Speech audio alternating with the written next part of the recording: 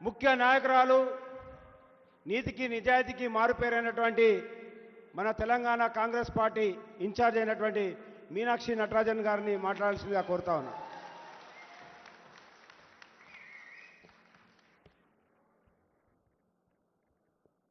हमारे बीच में इस जय हिंद सभा में उपस्थित सभी सम्मानित कार्यकर्ता बंधुओं, बहुत ही सम्मानित पदाधिकारी साथियों, भाइयों बहनों और मंच पर उपस्थित प्रदेश कांग्रेस कमेटी के सम्मानित अध्यक्ष भाई महेश गौड़ जी, हमारे बहुत ही सम्मानित, बहुत ही कर्मठ हमारे मुख्यमंत्री जी सम्मानित श्री रेवंत रेड्डी जी, हमारे बीच में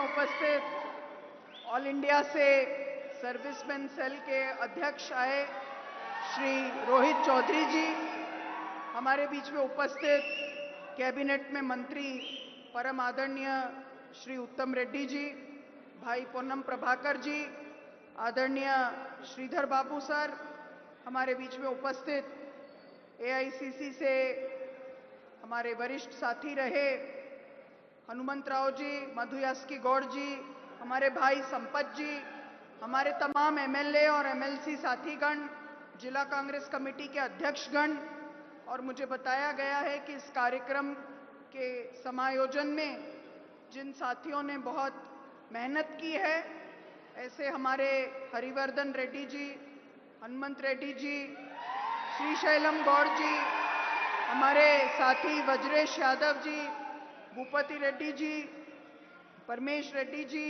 बंडी रमेश जी और हनुमंत राव जी, हमारे तमाम सभी साथीगण और हमारे तमाम सभी मोर्चा संगठन के डिपार्टमेंट्स के साथीगण। साथियों, हमारे सामने आज की ये जो सभा है, मैं बहुत लंबी बात आपके सामने नहीं रखूंगी। हमारे माननीय मुख्यमंत्री जी आपसे आपकी भाषा में बात करेंगे और अच्छी से जो उद्देश्य है उसके बारे में बताएंगे। लेकिन मैं आपके सामने 3 बात रखना चाहती हूं जो देश के सामने परिस्थितियां हैं। आतंकवाद से अगर कोई दल सबसे ज्यादा लड़ा, अगर किसी दल ने अपने शीर्षस्थ नेताओं को आतंकवाद से लड़ते हुए इस देश की एकता और अखंडता के लिए समर्पित किया, तो वो कांग्रेस पार्टी है।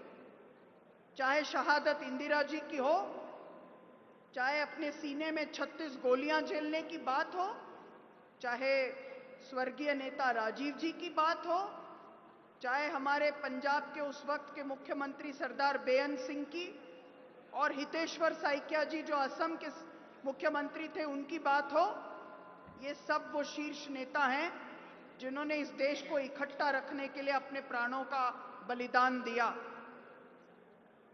जब लाल बहादुर शास्त्री जी से ये पूछा गया कि आप पाकिस्तान के कमांडर तो 6 फुट के हैं, और ये माना जाता था और ये सच भी था कि लाल बहादुर शास्त्री जी का जो उनकी हाइट थी वो कम थी, तो जब उनसे पत्रकारों ने पूछा कि आप पाकिस्तान के जो राष्ट्रपति हैं, जो सेना का भी काम देखते हैं, जिनकी हाइट बहुत ज्यादा है, उनसे आप कैसे संवाद करेंगे?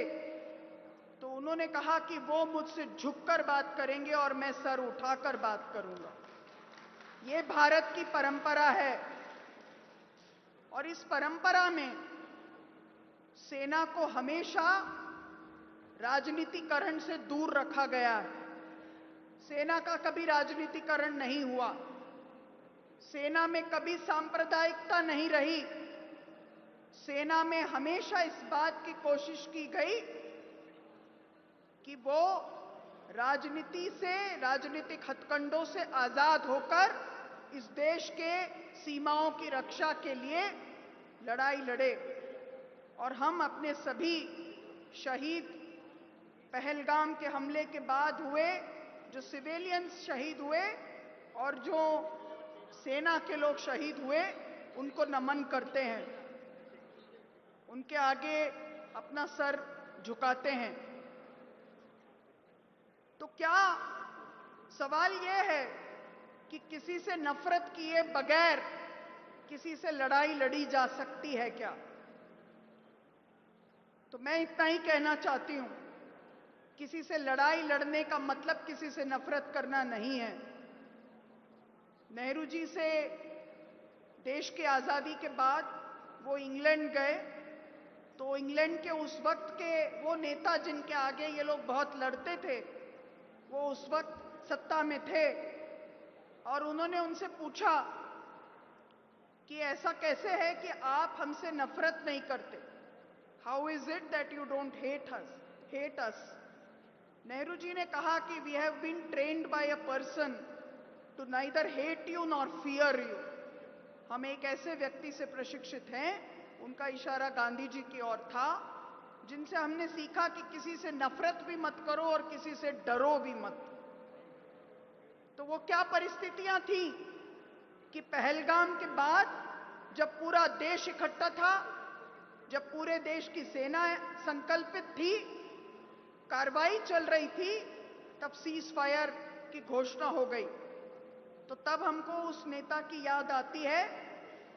इतिहास रचने वाले बहुत से नेता होंगे, लेकिन दुनिया का भूगोल बदलने वाली नेता स्वर्गीय इंदिरा जी थी, जिन्होंने हमारा पड़ोस का भूगोल बदलकर हमको दिया। तो ये जो आज कोशिश हो रही है, तो हमारे सामने सवाल है, वो आतंकवादी अब तक पकड़े क्यों नहीं गए? ऐसा कैसे हुआ कि उन आतंकवादियों को हम लोग आज तक उनकी कोई खोज खबर नहीं ले पाए? जब हमारी पूरी सेना लड़ने के लिए तैयार थी, तो ऐसा कैसे हुआ कि हम किसी दूसरे मुल्क के दबाव में आकर हमने सीज फायर किया? तो इंदिरा जी की याद आती है, जिन्होंने 71 की लड़ाई में सामने से जब फ्लीट 7 भेजने की धमकी मिली, तो भी वो उसके आगे झुकी नहीं, अमेरिकी चौधराहट के सामने झुकी नहीं, और उन्होंने किसी और की चौधरी होने को स्वीकार नहीं किया, और अपने आप को झुकाए बगैर एक इतिहास की रचना की। तो आज हम आखिरी बात इतना ही कहना चाहते हैं कि इन्होंने व्योमिका जी और बहन सोफिया जी को आगे रखकर पूरी बात रखी। इनको विश्वास रहा हो या ना रहा हो, देश की गंगा जमनी तहजीब पर हमको विश्वास है कि इस देश के लिए अल्बर्ट एक्का ने अपनी शहादत दी है, तो अब्दुल हमीद ने भी शहादत दी है, और उन दोनों को परमवीर चक्र मिला है। परमवीर चक्र सोमनाथ शर्मा को भी मिला है।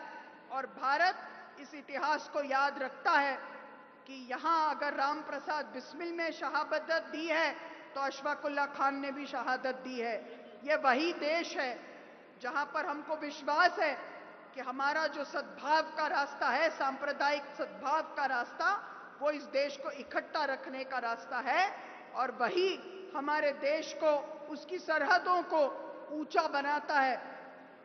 और हमें पूरा विश्वास है कि आने वाले समय में इस देश के नागरिक एक होकर न इस सेना के सांप्रदायिकरण को स्वीकार कर सकते हैं, न ही हमारी सरहदों को जो लोग मिटाने की कोशिश करते हैं, उनके मंसूबों को कभी कामयाब होने देंगे।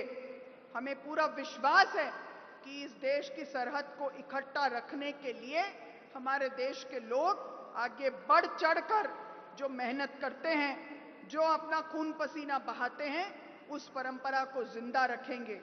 लेकिन इन हुक्मरानों को सवाल का जवाब तो देना पड़ेगा कि वो क्या परिस्थितियां थी कि उन्होंने घुटने टेके।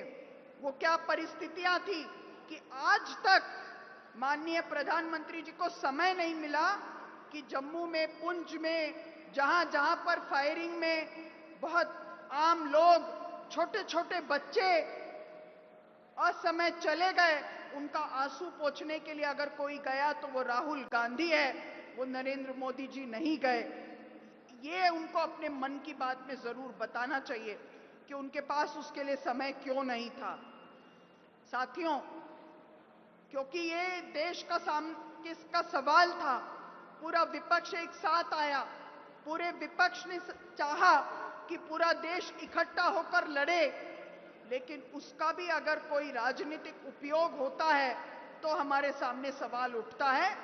वो मंत्री जो ये कहते हैं सोफिया के लिए कि ये तो उन्हीं की बहन थी, उनको उनके विचार पर अफसोस करना बनता है कि ये कैसी मानसिकता है कि जो इस देश के लिए आगे बढ़कर बहनें लड़ाई लड़ने के लिए आए, उनको हम आतंकवादियों के साथ अगर जोड़कर देखते हैं तो इससे ज्यादा शर्मिंदगी की और कोई बात नहीं हो सकती।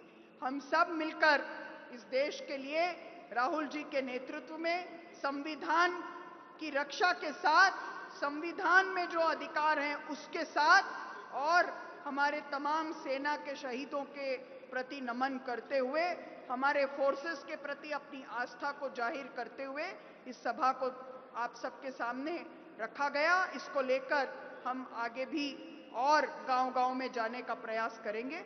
बहुत बहुत धन्यवाद। जय हिंद, जय भारत, जय जगत। తెలంగాణ ప్రజల యొక్క అభిమాన నాయకుడు